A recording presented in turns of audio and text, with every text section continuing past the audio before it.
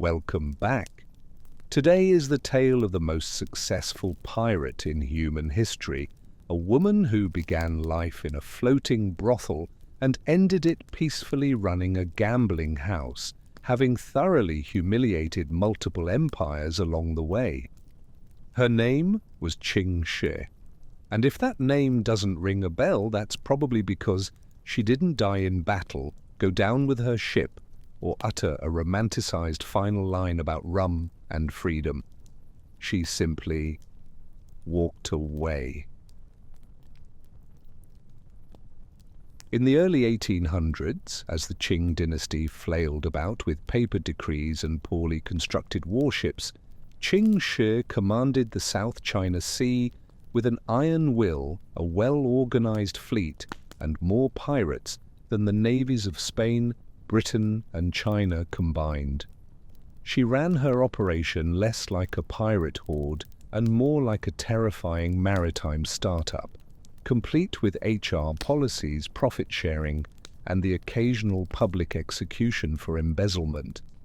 Her story is not one of wild adventure and buried treasure, but of cold calculation, structured leadership, and the sort of bureaucratic ruthlessness typically reserved for tax inspectors. So let us set sail on the life of the Pirate Queen, who rose from nothing, terrorized empires, and retired undefeated. To begin with, it's worth noting that Ching Shih wasn't her real name. She was born around 1775 as Shi Xianggu in Guangdong, southern China. Like most people who end up famous in history, she was born poor and with no real prospects. Her early years were, as far as records suggest, wholly unremarkable.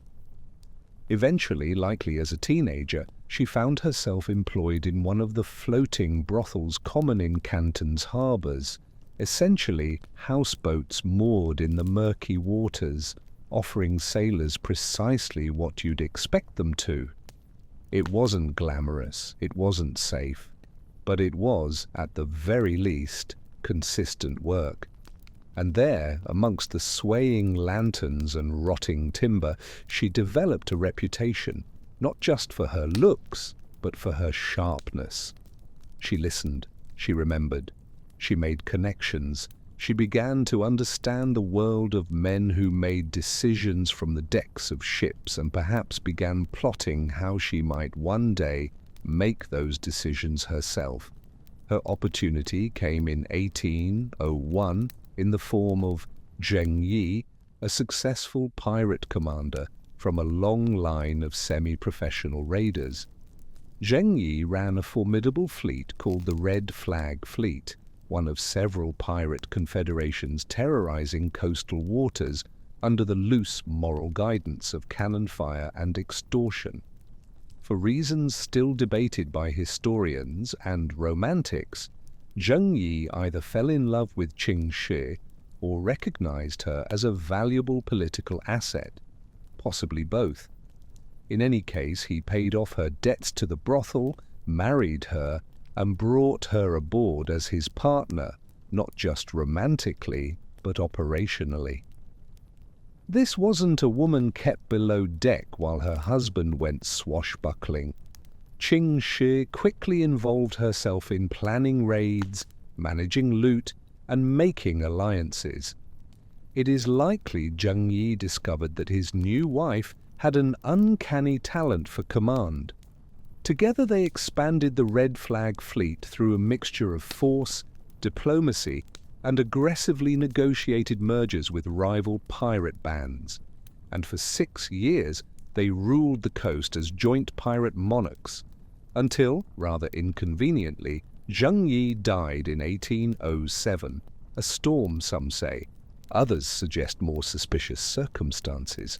Regardless of the cause, Ching Shih suddenly found herself the widow of a pirate king, and the question hung in the salty air. What would she do next?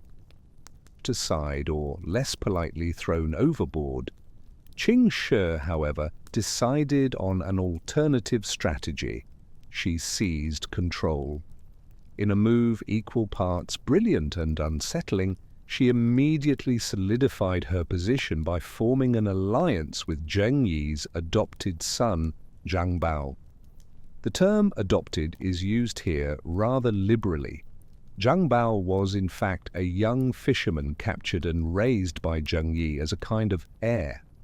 And yes, Ching Shih did marry him, which was not, as one might suspect, due to unbridled romance, but because it cemented her claim to the fleet and ensured continuity of leadership. It was essentially a hostile takeover disguised as a family reunion. The two ran the fleet as co-commanders, with Ching Shih clearly in charge. Her ability to maintain discipline among tens of thousands of pirates, men not exactly known for their love of rules, is perhaps her greatest achievement. She implemented a rigid code of conduct. Loot was to be divided equitably, with a full 80% going to the communal pot, and only 20% retained by the individual pirates. Theft from the group would be punished by immediate execution. Disobedience, execution. Assaulting female prisoners, execution. Even consensual relations with captives required formal permission and a binding agreement. Failure to comply, you guessed it, execution. If this sounds draconian, it was, but it worked. Her pirates were not unruly gangs of cutthroats, but an organized military force. She divided the Red Flag fleet into 6 divisions, each with appointed commanders, and kept everything ruthlessly efficient. She turned piracy into bureaucracy. She understood that the key to lasting power wasn't just victory, it was consistency. And she ran her floating empire with all the precision of a colonial administrator, with a saber and a talent for intimidation. At the peak of her power, Ching Shih commanded over 1,800 ships and roughly 80,000 men, making her not just the most powerful pirate of her time, but arguably the most powerful pirate ever.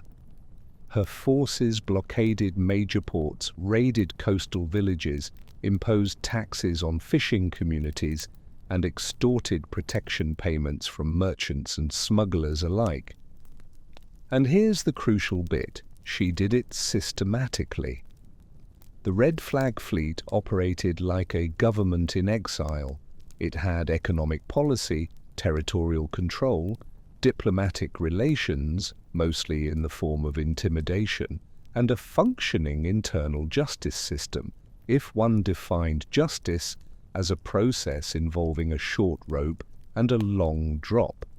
Unlike many of her counterparts in the Western pirate tradition, who embraced chaos and short-lived bursts of freedom, Ching Shih built something sustainable. She taxed vessels passing through her waters, she issued receipts, she regulated smuggling routes. One can only imagine the surrealism of paying a bribe to avoid being robbed and being handed official documentation. Thank you for your payment. Please retain this parchment for your records, or we'll burn your village to the ground. The Qing dynasty, understandably, did not take this well. They dispatched naval forces to crush the Red Flag fleet, only to have them promptly defeated, humiliated, and, in some cases, recruited. Portuguese and British forces tried their luck and were similarly bested. Ching Shih's ships were nimble, her command structure disciplined, and her tactics unpredictable. She rarely fought fair, preferring ambushes, sudden blockades, and the occasional surprise raid during official peace talks. In short, she was not so much a pirate as a maritime problem that no one could solve, and the more they tried to suppress her, the stronger she became. Every failed assault only proved her supremacy, and by 1809 she was the de facto ruler of the South China Sea. a floating empire of outlaws ruled not by whimsy or rum-fueled bravado, but by cold, deliberate policy. The irony, of course, is that she governed her pirate state more effectively than many actual governments in the region. It was almost respectable, except for the part where she occasionally burned fishing villages to the ground. By 1810, the Qing government had reached what can only be described as institutional panic. Their naval campaigns had failed, their officers were demoralized, trade was collapsing, and the Red Flag Fleet continued to dominate the coastline like a particularly aggressive HOA. So they changed tactics. Rather than continuing a losing battle, they offered Ching Shih something radical, a full pardon. Now, in most cases, a pardon for pirates comes with caveats. Surrender your ships, return your loot, and spend the rest of your life pretending to sell fishing nets. Ching Shih, ever the negotiator, saw an opportunity. She arranged to meet with imperial officials and began negotiations, not as a criminal begging for mercy, but as a state actor arranging a ceasefire. She demanded pardons not only for herself, but for her officers and most of her men. She insisted on keeping her fortune.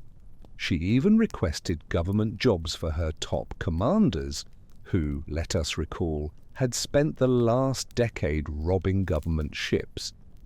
And in a final flourish of audacity, she secured recognition of her marriage to Zhang Bao, elevating their social standing and ensuring a quiet transition from pirate overlords to respectable landowners. The Qing government, too exhausted to argue, agreed. Ching Shih surrendered her fleet with theatrical ceremony. Ships lined up in the harbour, flags lowered, weapons handed over, and one imagines a great sigh of relief from the bureaucrats watching from shore. She walked away unscathed, unsued, and unrepentant. She opened a gambling house in Guangdong, raised children, and lived out the rest of her life in peace. She died in 1844, aged 69, wealthy, respected, and entirely intact, a fate that virtually no other pirate in recorded history can claim. Ching Shih did not vanish into obscurity, not entirely. Her story has been told in Chinese folklore, in scattered Western accounts, and in the occasional article listing history's most badass women. But she remains, for many, a footnote in the margins of naval history, possibly because her story lacks the cinematic flair of death in battle or a final standoff with the Navy. She simply won. And this perhaps is the most remarkable part. Her success was not fueled by charisma or blind luck, but by structure, discipline, and a willingness to make hard decisions with little sentimentality. She understood power, not just the kind that comes from cannons and ships, but the kind that comes from information, organization, and timing. She did not indulge in reckless attacks or flashy displays. She governed, and she won because she was better at governing than anyone sent to stop her.